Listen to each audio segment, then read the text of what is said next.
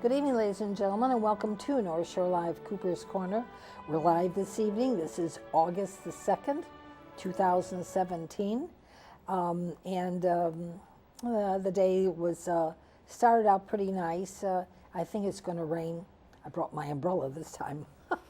And it doesn't do my hair any good. Terribly sorry for my coiffure here, but humidity and curly hair just don't mix. Not a good idea. Anyway, please again remember, do not leave children or pets in a car. Keep yourself hydrated. Check on next door neighbors or senior citizens. And keep your eye out for anyone being abusive to a senior citizen. I saw that, I reported that. Now we're just going to see where that goes. But please remember, senior citizens help build this country and help put us where we are. We at least owe that amount to them for their safety. If you see something that's abusive, report it to whomever you are in the area or contact the police department, whatever, Highland Park, Lake Forest, Barrington, wherever you are, please do that. Okay, this evening's program, we have physical therapist. And let me tell you, it's a godsend for these people in that profession to be able to assist someone who is in need. And this evening we have a physical therapist on the program from Athletico here in Highland Park. And Kelly Schoen is wonderful, and I hope that we can open some doors and give you some information on what to do, or where to go, or how to do it, with just simple measures of common sense. And if something's hurting you, don't push yourself. Do what you have to do, gently, carefully, and until you feel better. You don't necessarily have to be in pain to relieve pain. If it bothers you, then you need to rest. And after physical therapy, of course, the best thing to do is go home and take a nap. That's the best thing. And as I was told, that everybody's body is different on how they receive the exercise and physical therapy, and how the body reacts to that, massage or that movement. So if you need to go home and lay down to rest, do so. If you feel that the body repairs itself as you sleep. So even if you go home and rest for an hour, that's a good sign. So without any further ado, you're going to hear all this wonderful information, all this education from a real live physical therapist, Kelly Schoen. Hi, Kelly. How are you? I'm wonderful. How are you? Good. I'm glad you're wonderful because yes. There's lots of people out there that need you to be wonderful. Thank you so much for having me. Oh, this is my pleasure. And a physical therapist. We've never had a physical therapist in all these years. Yeah, it's about never time. Had a physical therapist. Yeah, it's about time. So, physical therapy. When people think of that, they think of someone that is going to give you a massage on a massage table, or if you have a broken leg, do you get physical therapy? In a water bath or pool or whatever. So what is it that physical therapy does? What is it that your job does to help people get better? Sure. So lots of ways, and there's a lot of types of physical therapy. I'm in an outpatient orthopedic setting, which means people come to our clinic, and that means they're able to get out of the house first of all. So basically we work with the body and we do different manual skills that we learned in school, different exercises, different stretches, things like that to get the body functioning as it should. So once we can do that, we typically are able to get rid of the pain and get you functioning more safely and more effectively. So there's lots of different types. There's a hospital setting. Hospital setting, if you're sick, a lot of doctors these days want you to get up and moving, even if you're bedridden or you're sick in the hospital. There's neuro-base, which is with people with strokes or different issues like that. There's all sorts. There's aquatic, like you mentioned, the pool. There's aquatic physical therapy, so all sorts. Ours is specifically orthopedic. So you come in, we work with the body, all toe to neck, all sorts. So we'll come in and devise a program for you and kind of get you going. Now you do this even if someone's had surgery, or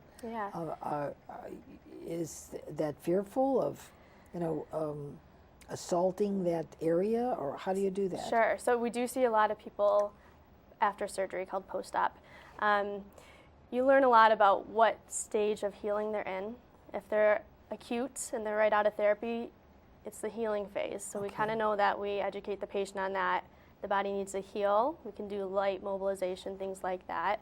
It's a lot of education. There's a lot of describing the patient, what they're going through, what to expect, what not to expect, what to look out for if there's signs of infection. It's a lot of education, which I love, because once you're educated and you know more about it, it's less scary, because it can be really scary to be in pain and to be coming out of surgery, things that you're not used to, and it's nice when you have somebody who takes you through it, and that's a lot of what we do. So is any of this age, is that a difficulty dealing with physical therapy? I mean, someone that's young, or I don't know what your age grouping is.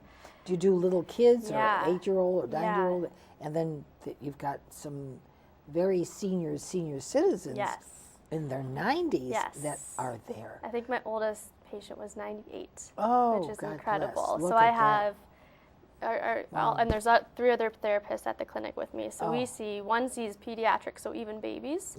I specifically see about 7 years old to, like I said, like 98, 97, whatever. But it's fun. It keeps everything interesting, because I love working with the little ones. You got to make it fun. You end up making little games for them to play so that they stay. Their attention, is very short, so they are able to stay with you and have fun, and then all the way through. And I love the older patients just the same too, because their stories, and you take it slower. You're not pushing them as you would a teenager, but it's fun, and that's why you have to make it very specific for each patient. Like you said earlier, that everyone reacts very differently. So every time we're with a patient, it's all the same body and the same anatomy, but they're very different, and they react to different things. So it's kind of fun to learn how they react and to kind of tailor everything to that.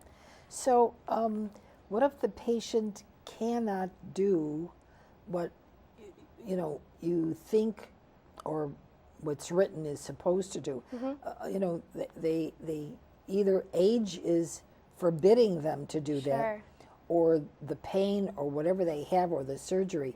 How do you go around that then to make sure that the physical therapy you're giving them will be good enough to be able to get them so that they can be mobile again? You get creative. Creative? Yes, you need to be very creative, because what works for one person and is going to help them is not going to work with my 90-year-old patient. That's true. You have to make it functional for them. So whether that be you do more sitting exercises with them right off the bat, as they get stronger from there, maybe you can do some more standing. So it's all seeing as how they progress, and not being afraid to kind of work outside of the box, because you learn in school the textbook ways to do things. When you get in the clinic, it's not textbook at all. Not the same. It is not at all what they were able to teach you. You have to experience it. So you kind of you play off of your other therapists to get ideas, but you kind of just have to think out the box, and they work with you too. So sometimes if you listen to the patient, they're able to kind of give you clues as to what they need and what they might be able to do. What they can do. What they can do. Mm-hmm. So how did you get into this this profession? I mean, you first of all, are you an athlete yourself? Yeah. I mean, so have you done the runs, 24K or 26K or Yes, whatever? I have done some of those long runs. I grew up in dance and basketball and soccer and doing all of those activities. Okay. And I injured myself when I was young in 7th grade. I had a bad knee injury, so I did a lot of physical therapy for that. Wow. And I love my therapist. I think that got the ball rolling in my head because I loved what they were doing. I loved that they could take these exercises and work with the body to get you back to what you wanted to do. And to help you, of course. It was amazing, and I had no Sure. issues after that. So lucky. Yeah. So that was always in the back of my mind. And then going into high school, I loved science. I always worked with people, so I love both those things. And then I went to St. Louis University for my schooling, and they have a 6-year program there. Wow. So basically with therapy, you need to do your undergrad, then you go to grad school for 3 years, and you get your doctorate. So this was just a little quicker of a process because you shoot through in the 6 years. But yeah, that's kind of what. So luckily, the knee injury is kind of, silver lining, kind of got me into Sure. it. And I feel so lucky because I love it. That's very interesting. Yeah. You didn't think of anything else other than, you're like a hands-on person? You like that? Yes, That's, I love that. good. You have to be. Yeah. My sister is an accountant, and she doesn't know how I can touch feet and do that stuff That's all what day, I and I say. just love it, and I think nothing of I it. said, So I think it's a little bit within us as well. well, Yeah. I wonder how a podiatrist does Yes. the stuff with the clipping But they the couldn't nails. do what you do, So That's it's right. we all kind of, hopefully, if we're lucky, find the calling that's right for us, and That's good. I just love it. That's good. Mm-hmm. That's something that's up and coming? I mean, they don't seem to push that at school, or they wait for the teachers or counselors wait till you give them an idea what you want. You have to take any prerequisite courses? You do. I was very lucky, and I was very lucky, first of all, to know where I wanted to go Okay, with my good, career in yeah. high school. Okay. Because most kids are in college and yeah. don't even know yet. So that's very fortunate for me. But you need a lot of the core sciences. But typically, you're able to, hopefully your guidance counselors help you with that. No, because To go sometimes on that route, you need a the lot of the guidance science counselors background. say, well, you'll think of it later, just whatever. And then, if you're out of high school at that point, I mean, you should have taken, I don't know if you needed a language, or you needed chemistry, you needed science, you needed biology. You needed all those science courses, and math courses. You would have to take a math course as well.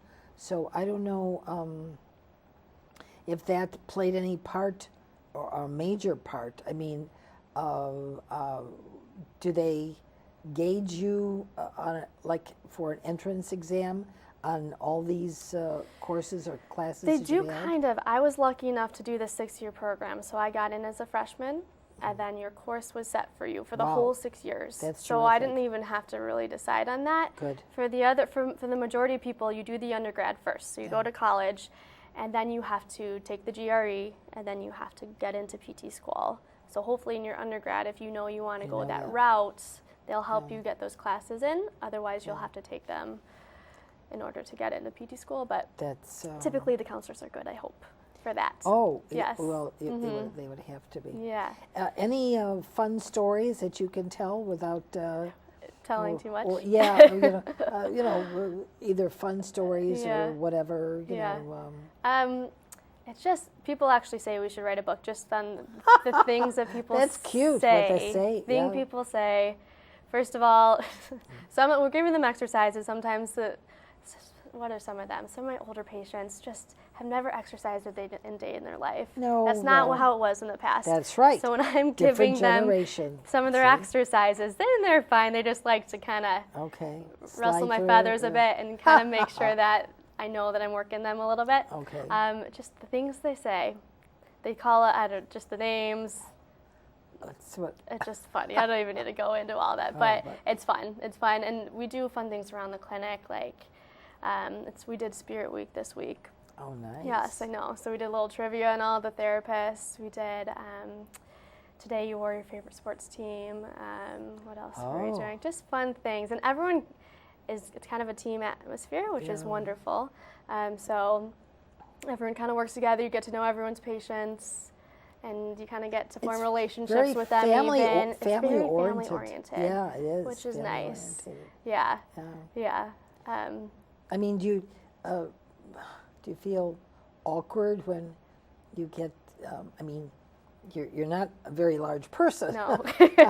in height, stature, or any other way. Right. But what if you have a gentleman that comes in and he's like 250 pounds, and he's injured either his back, his foot, his leg, whatever your specialty. So how do you deal with that?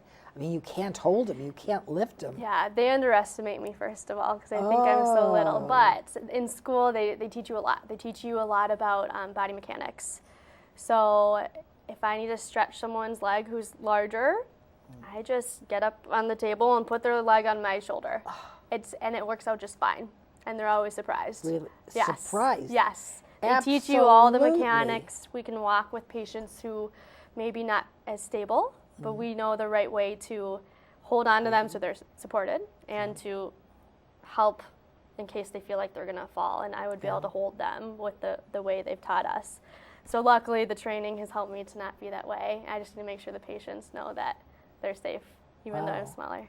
Because for your final, did you have to work with the people? Oh, yeah. And we did lots of practicals. So where do you find them? Do you go to the in the hospital? Sometimes. Really? Sometimes patients, real life patients would come in. Sometimes we would work on each other. So all shapes and sizes, but we did as real as we could make it, real life practicals to help us practice in those situations. You have your ability, but with a real patient. Sure. Yeah, we would work with patients with stroke history, things like that. So we were lucky to have those patients be kind enough to come in and let us work with them so we could practice. How do you manage that with someone that's had a stroke? So that's not even my specialty, but there's a lot of things that therapists who specialize in neuro would be able to tell you more about that. There's a lot of good. Because how do you know, Kelly, how to bend their arm if they can't do that? That's kind of out of my scope. They would know so much more about it. I learned a little bit in school, but since I didn't decide to go that route, I leave it to those experts. Okay, that's I'm not asking how do you be a brain surgeon. That's. But do you train people for the running? I mean, sure. How do you do that? They come in and they say, "Look, I'm going to run the Boston Marathon, the Chicago 26 here, whatever. I need some help and assistance. Get me ready." First of all, do you do that? And number two, how long does it take? And is it possible that someone who is not a runner can gain that confidence and the ability to do that? Sure. So in order for us to even see them, they would need a script from their doctor, which means there's some medical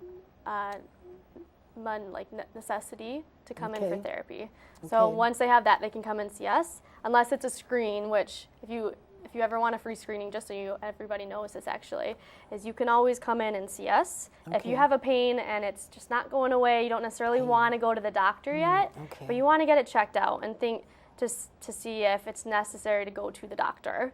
And we can kind of give you some guidance as, yes, you should, or here, try these exercises first, and then we'll get back to you. If it's not better, we can refer you to somebody. So that's a really nice thing to know, actually. That's interesting. It's really nice these days with insurance, with medical costs. It's a nice way to get it checked over without having to actually go through the doctor right off the bat. But yeah, I love working with runners because I love running myself. First of all, we have to work on whatever issue they have, right? So we work on their pain, we work on their body mechanics, their strength and mobility.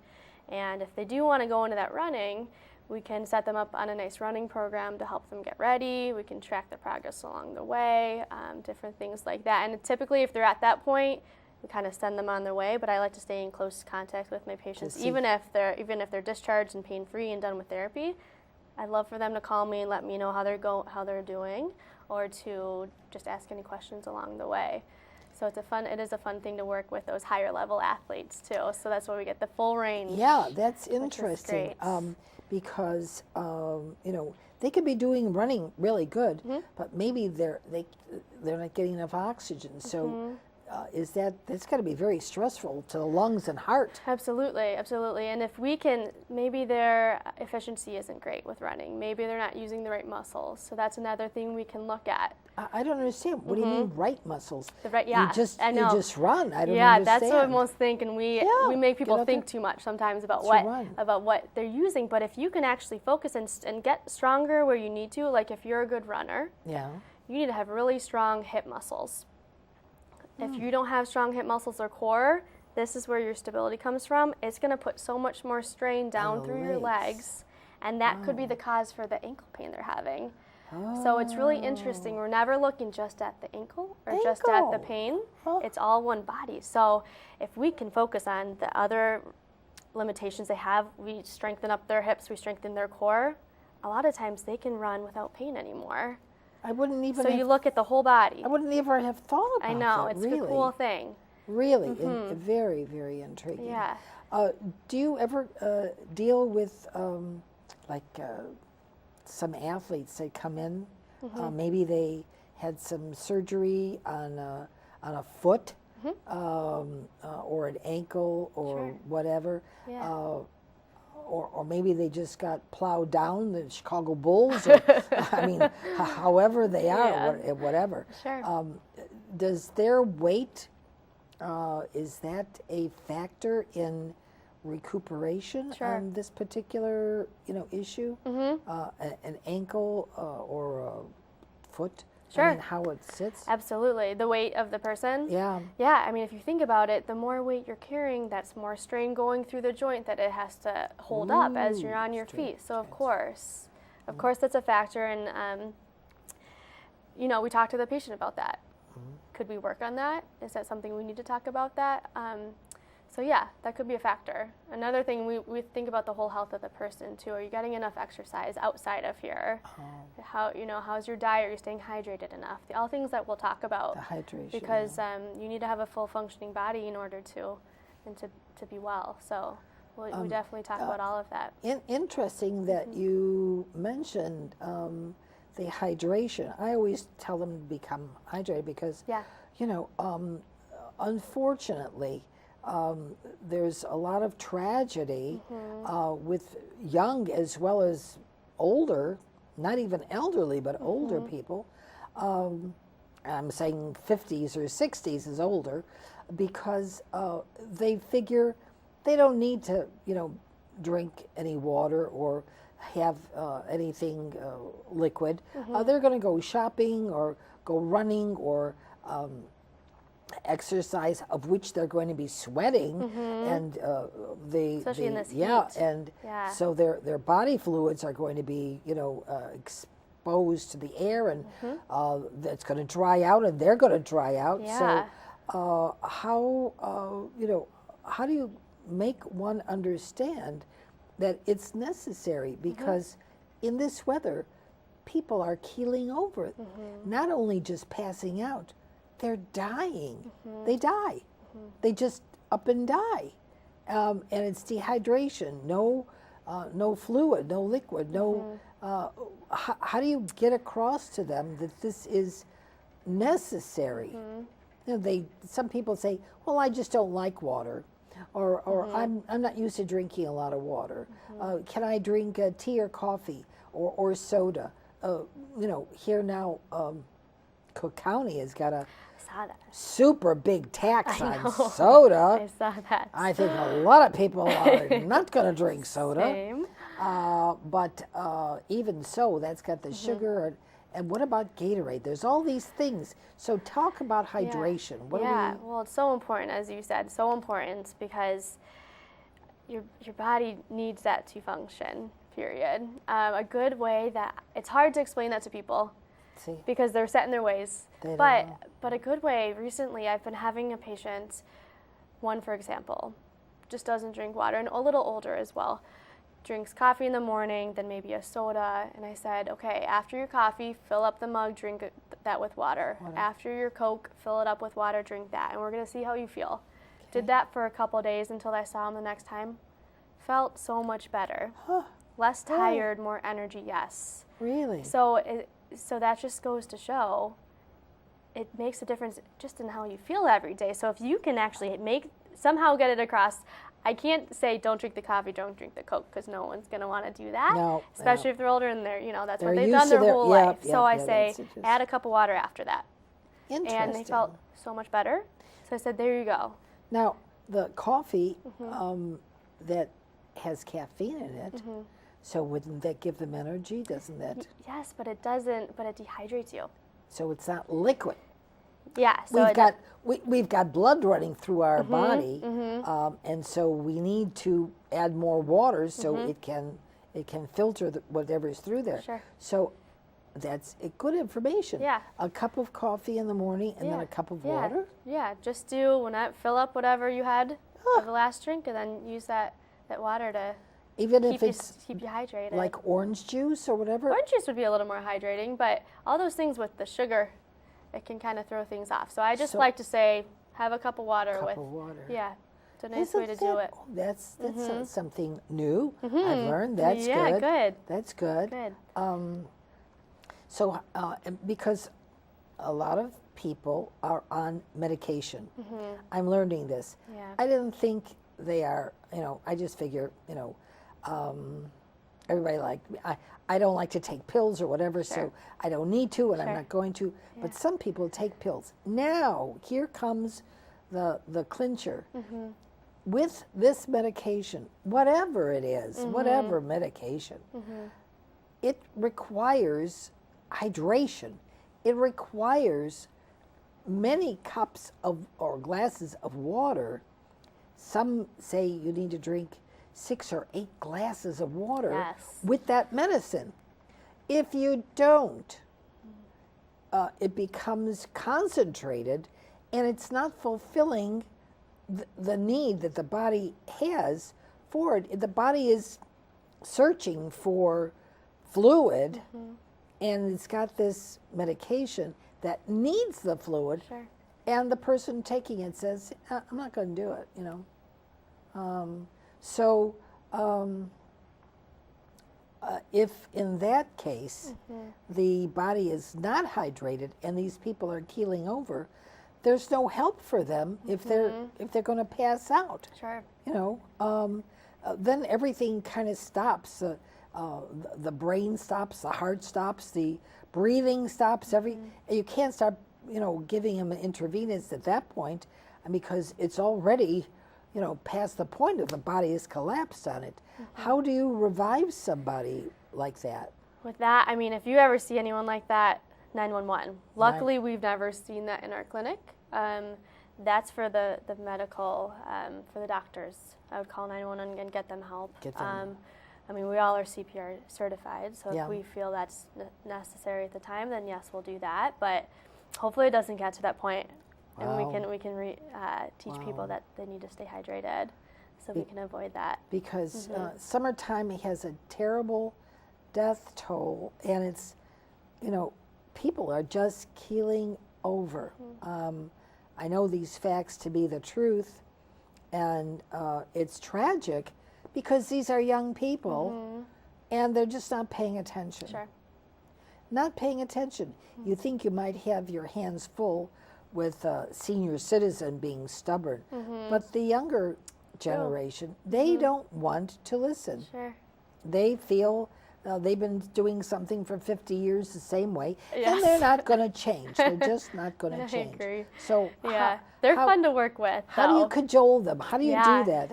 I mean, even with therapy, they're fun to work with because they're challenging. Oh, I'll say. They are with their phones these days. They're looking at their phone and blah blah blah, and you pretty much have to put it I try to put it in their hands as much as possible to make sure that they know we're in this together. I'm not like their parent telling them what to do. We're going to work together. Tell me what you want to work on. Tell me the goal you want us to work towards so that they feel included in it. And if they do, it seems to work a lot better.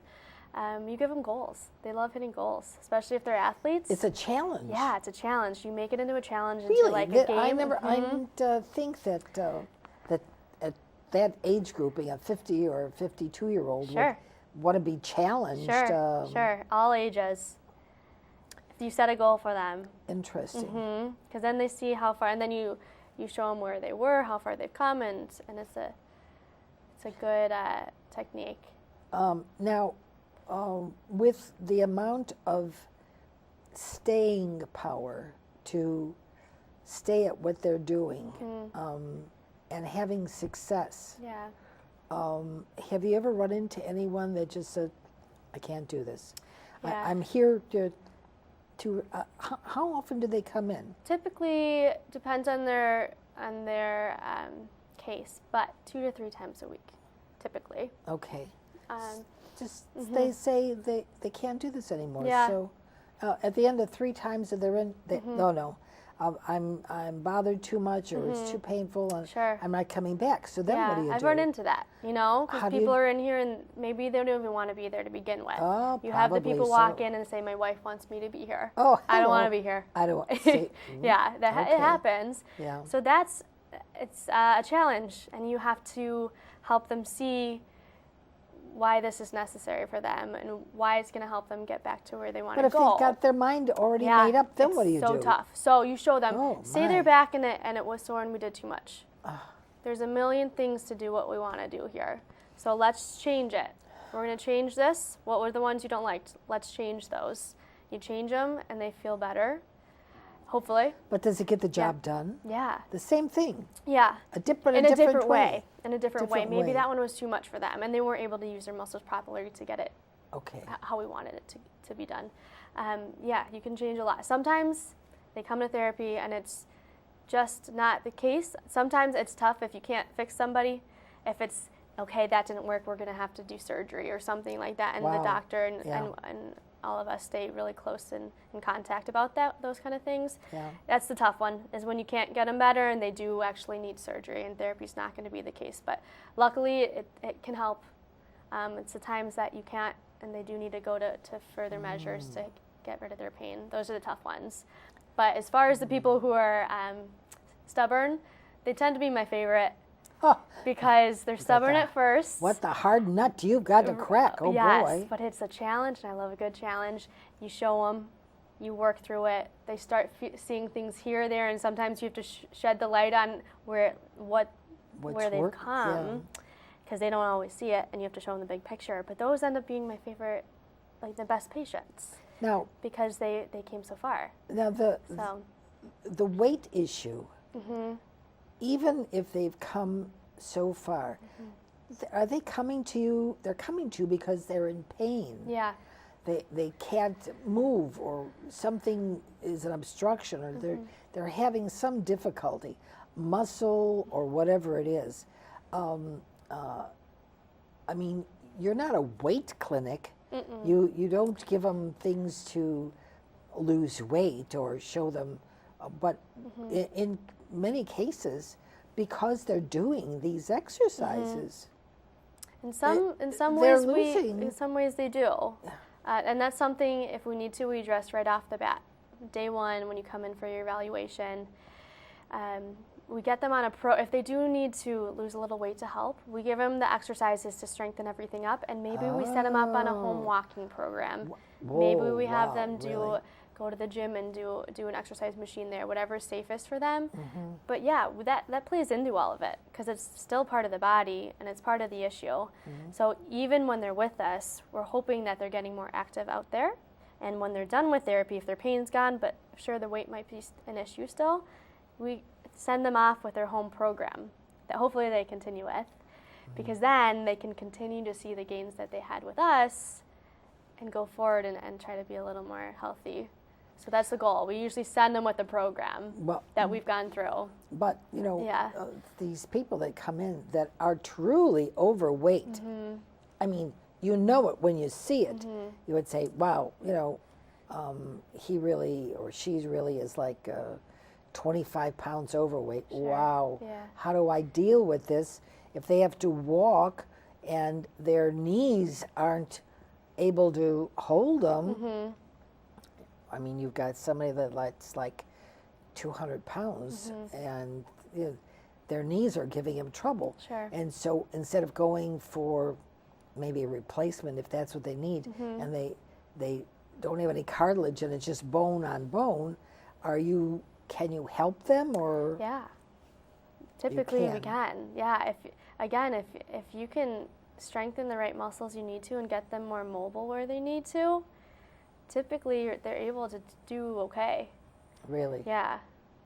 So, and do you ever tell them, well, you might need to lose a little weight? We do. And it's you have to, if you care about these patients, Yes. and they're called patients, exactly. or clients, or however, you need to lay it on the line for them and say, look, what do you have for breakfast? What do you have for lunch? Yeah. These are your calories for day. How can you figure out what you really need and what is extra added that you don't need? Right. Yeah. So that is a discussion I have with patients. Typically after we've gotten to know each other a bit and they trust me and know that I'm there for them. So I wait till after that so they don't, I'm sure they've had people tell them that before, right? So I'm sure they know. Yeah, see? Exactly. So I kind of wait till they trust me and like we've gotten to know each other a bit, and then I do discuss that with them. If it's to the point where they need a nutritionist or something like that, we refer them to patients. That's interesting. Yeah, there's a lot of help out there. That's so interesting. if that's the case and they really do need help with that side of things, I'll send them to somebody who specializes in that, who can help us along the way. We work with a lot of different people going forward with treatment. It's not just us. We're lucky to have other healthcare professionals that can help along the way. Someone who's used to eating a very large breakfast,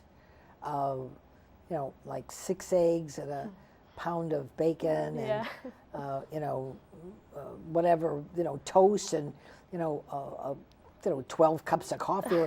And that's just breakfast, We didn't even get to lunch yet. And then, of course, dinner. And then they've got dessert, whatever. Yeah. Somebody that's got, is it the metabolism that's driving this? Or is it their own thinking?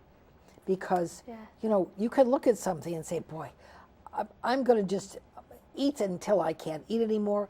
Then if you let them know and you say, you can satisfy yourself with a smaller portion, and then you're going to lose the weight that other area, that other portion will give to you. So is that a good thought? Sure. Is that, proportion control is huge. Proportion? Yeah, that's big. We'll discuss that. Oh, we'll discuss really? that, unless they need to go to nutritionists. But sure, we'll talk about it. And you do get really close with your patients, and you learn about them, and then you can kind of decide what they really need help with, even throughout treatment. Say their initial evaluation that was an issue, you learn about them so much, and you say, hey, I really think that this is something you need a little extra help with. Let me send you somewhere. And it's good that you say you work with the other areas, because people coming in to Athletico might just think that you're just there for you being there. Sure. That you don't diversify and say, gee, this lady needs some assistance because she's 200 pounds and she's on a small frame, she's a little person, and she wants to do running. She couldn't run to save her life. So she might need some information that would be able to, she comes into you for you to help her because she's having trouble with her knees. When in fact, it's her mouth and her stomach that she's eating getting to be so large. And so you can get her some information on where to go to, and then her knees won't bother her. Possibly. Yeah. So we like to use all the different. Yeah, we don't know what the problem of the knees are, but I'm just saying. Yeah. We like to stay in good contact with the doctors, with other healthcare professionals, so we can give you the resources you need outside of therapy. Now, Athletico, this is a new organization? It's been around since 1991. Mark Hoffman is the CEO and founder. He started with one clinic in Chicago, and now there's about 380 clinics in about the Midwest area. I was going to say, is this just Illinois or? Nope, surrounding states. All over. Okay. It's grown a lot. It's grown. Yeah, it's a wonderful company to work for. And I mean, I'm sure there are other physical therapy outfits to go to, but this seems to be more like age appropriate and, you know, generational, whatever. You're getting the mix of new techniques and hands-on really working. Now, you've got some machines that are there, but the people like to connect with their therapists. I mean, they connect with their dentists, their doctors, their, you know, who they go to for whatever. So why shouldn't you be someone that they would connect with? And trust, trust. Yeah, so that's hopefully the goal. Yeah, so I mean, I love this company because they hire good therapists with good skill.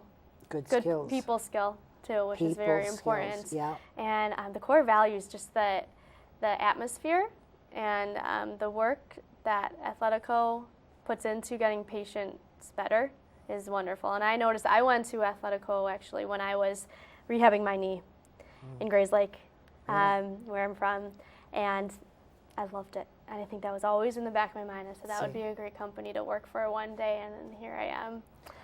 And you felt close to your therapist because she was able to get you walking using your knee, your leg. Yeah, absolutely. That's excellent. Yeah.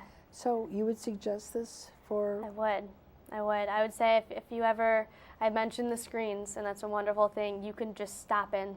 You don't have to bring anything. You can stop in, say, my knee's been bugging me. Can a therapist check it out? And we'll set you up with an appointment. And we'll give you just a half-hour kind of screen to check it all out and tell you what we think is going on. Otherwise, if you're in pain or something's off and you need it, you go see your doctor.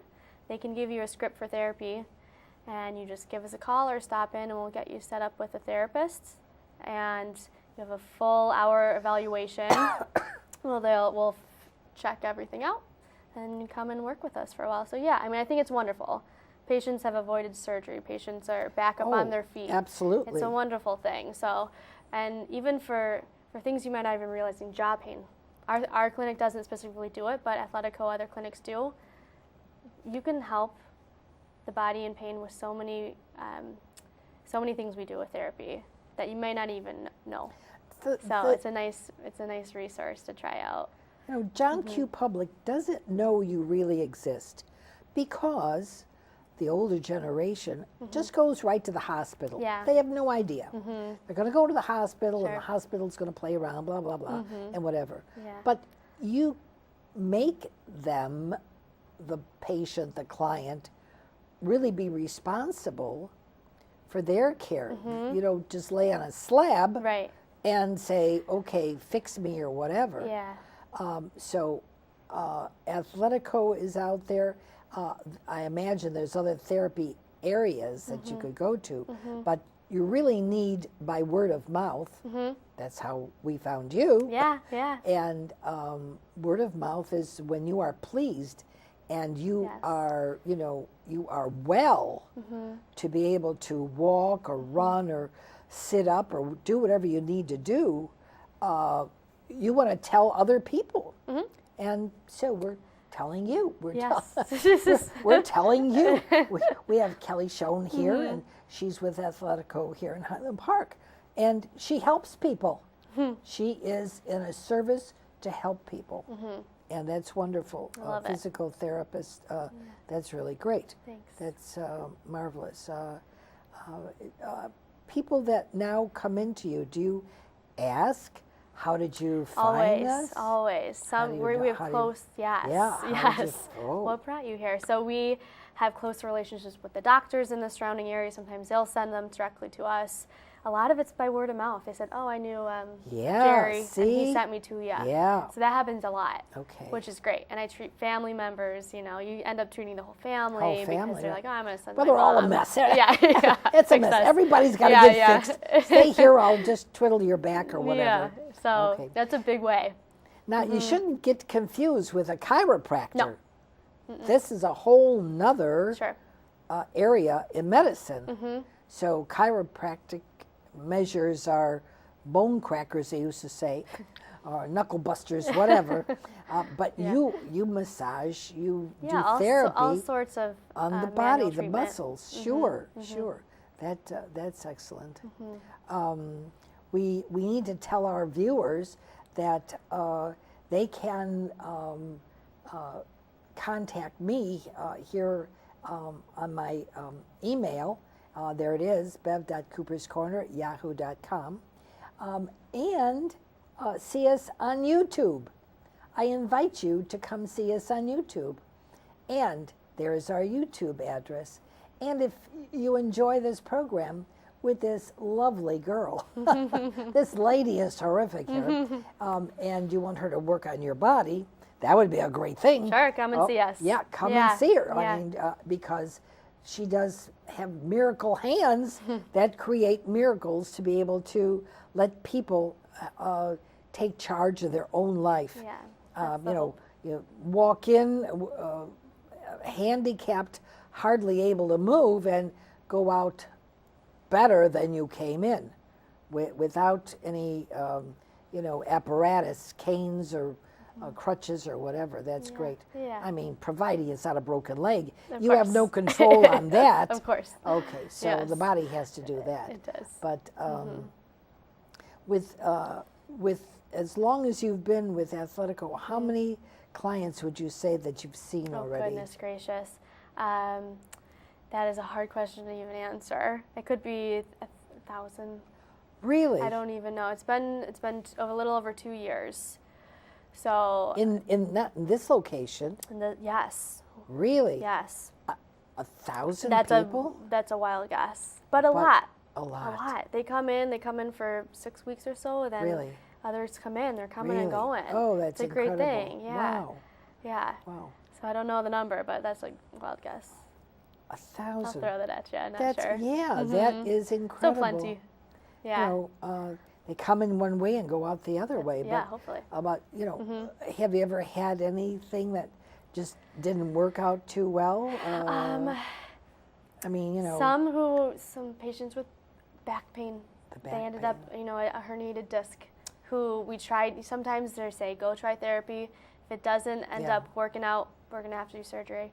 And sometimes that happens. And those are the toughest, Yeah. because you feel like You you could try to have- do as much you as could you have could, done- and yeah. was there something I didn't do, but sometimes No. therapy just, unfortunately, isn't the end all be all. But typically it is, so it's hard when those times come in, and you kind of have to learn, especially when you're newer, Yeah. the first year or so, and you're like, well, could I how do why more? couldn't I fix that person? But the older therapist's like, it can't always work out.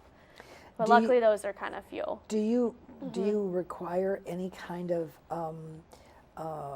X-rays or something so you could see what to work on? I mean, Yeah. you can verbalize with them, but if you could see it, does Yeah. that help? Typically, we'll get a reading from the doctor on what they found in imaging. So if they're MRIs, X-rays, whatever they type up, they'll send in to us, and we're able to read up on that, so we have a better idea about what we're working with. We don't typically read them, but they'll send us their findings. How you can? Yeah. Okay. Like if there's a fracture and we need to let that heal Wow, for a bit, wow. or where the fracture was, See. or things like that, that give us a better plan. And so, if there is a fracture, how long does it take for that to knit? Do you have any idea? Yeah, soft bone and soft tissue, like 6 to 8 weeks. Wow. For it to So to that heal puts up. them. And that's just for it to heal. Then you have to strengthen everything up around it and get them Around. moving properly. Now, is So it it's a process. is it the food that they're going to be eating that will be also advantageous to this, Yeah. or is this just you're massaging the muscle, or they're doing the body's going to heal about the same way. But sure, we can do things to kind of stimulate growth. Sure, they can have a good protein, calcium kind of diet to help. But there is research that shows if there's a tendon issue or things like that, there's things we can do as far as soft tissue work to help stimulate growth in that area. So in those kind of cases, we can kind of get the ball rolling on the healing process, which is also nice. Yeah, because we all want to be better now, right? Oh yeah. Yeah. Because these are people that you are putting back into society. Instead of just sending him home and to stay in bed. Right. Now that's not so good either, just to stay in bed. No. You gotta get up and move. They've got to get up and move. Oh yeah, and you gotta teach them that. And we send them with exercises for the days that they're out of therapy. Yeah. It's not go home and go back to the way you were living. Yeah. You gotta do some exercises, get the strength. You gotta change your body mechanics. We teach them how to lift that box off the floor without hurting themselves, how to stand up properly to avoid strain on their back. So we're trying to, as much as we send them out and we don't see them, but hopefully we're teaching them the skills so they can go back into society and move more properly so they're not hurting the area wherever they're sore. So we try to teach them all those kind of things. I mean, the ones that come in, are they... what's the recidivism? I'm afraid to ask. Do you see them coming back, or are you? Sometimes. Really? Sometimes. They didn't listen. Sometimes they didn't listen. Sometimes another body part. But if they didn't listen, they get a... You're a mechanic. You're a body mechanic. Yeah, sometimes I'm like, okay, we're working on the shoulder this time. But sometimes, and you say, were you doing your exercises? And they say no. And I say, well, let's get back at that, now we got to go back. Yeah, sometimes. Luckily not too often, but it happens. And I give them a talking to. Well, that could be But they know helpful. it's coming, and I know them well. That so, could be helpful. Yeah. But the point is that, if there's one area of the body that you're working, is there another area that's going to be suffering because of that? Or not, you're not using it, you're physically using it? Well, we look at the whole body, so we're going to make sure whatever we're doing here is going to be safe for the area over here, things like that. So we'll keep that in mind as we're treating. We kind of treat the whole body. That's the way therapy's going these days. Is they used to, instead of just looking at the ankle, like I said, you're looking up at the core and the hips even to see how it's all moving together. You mentioned about the walking and the leg and whatever, and the hips. So I don't understand. Is it the hip, the movement that's moving? A lot. Sometimes it could be the movement. Sometimes it's the strength. If you're walking and your glutes, so the muscles in the back of your hip, if those aren't firing, then that's not getting all the strain from the force you're putting through your step. It's going to translate somewhere. So something has to take the brunt. So sometimes it goes down the chain, as we call it, your legs. And it goes through the joints. Yeah. So we had all this training on the proper muscles to be working for different activity, and so we need to make sure those ones are working for you. Wow. So we watch people how they move and see what's working and what we need to work at. People don't realize that. I mean, they don't see themselves how they walk down the street. Yeah. They don't see themselves how they sit, or they just know that they do that. They might want a cushion, or they might want something, a hard chair. But they don't see. I have this picture of this lady that I was behind in the grocery store, and she was just, like teetering, and I think it was the knees. I mean, it automatically brought me to the idea of the knees, not necessarily the hips. She was, overweight. There was nothing I could say. Yeah. And she was wearing shorts, so it was easy to see the body was really struggling to keep her in motion. And she was pushing a cart, so that was better for her to hold on to. But the waddling, that's the knees, isn't it? It could be the knee. It could be a lot of things. It could be the knees because you're trying to avoid pressure on it. It could be the hips because you lean over because then your hip doesn't have to work as much. It could be a lot of things, but that's why when you come in, we'll watch you walk back and forth. I might put you in front of a mirror so you see okay, see how you're wobbling this way, maybe we need to widen your stance a bit so your hips are going to fire more. Things like that. I put them in front of a mirror so they can see it and say, hey, you're favoring this side. We got to correct it. Well, is that they're favoring it because they're in pain? Yeah. That's it. Yeah. That's it. A lot of times. Or it's weak somewhere. They don't want to put, the real pressure strength on it. Yeah. To balance it. And, you mentioned shoes before. Yeah. I mean, and it's like I'm a shoes. Love those. Yeah, thank you. And it does make a difference. It does. How you stand. Yeah, yeah. And what's holding that foot there. Sure. Sometimes they'll come in with back pain. I said, when's the last time you got new shoes? Oh, do you wear orthotics? Oh, I haven't been wearing them in a while. Maybe we try those or see your doctor to get a new pair. Back feels better. I mean, because that could make your body and the back absolutely. So sure, it works up this way and it works down the chain too. Back pain, maybe we have to look down at your foot. So shoe wear is big. And we talk about that. Yeah, shoes are a big thing. Yeah. And anybody who says no, I'm going to tell you straight out, they're wrong, and the shoes are right, and Kelly is right. So this is Athletico talking. She's experienced, she's graduated, she knows what she's doing. The company does well because they help people. That's why you go to where you go. You enjoy the company, you enjoy what they do to help you be relieved from pain. Without medication, I'm not a big medicine person, so, and this is wonderful. I thoroughly am pleased with the company. That's all I can say. It's like eating an ice cream cone, I'm thoroughly enjoyed with eating ice cream cones. So am I. You might like vanilla, strawberry, or chocolate. Chocolate's my yeah, favorite. well, I like butter pecan. I good have too. to be different. I have to be different. Give me 3, I'll tell you 4. That's what I'd like. But we'd like you to contact me here or visit us on YouTube. And you can see this program and many more related to humanity. That's what we're here for. We're here to serve you. We're here to give you information in the community of what's going on.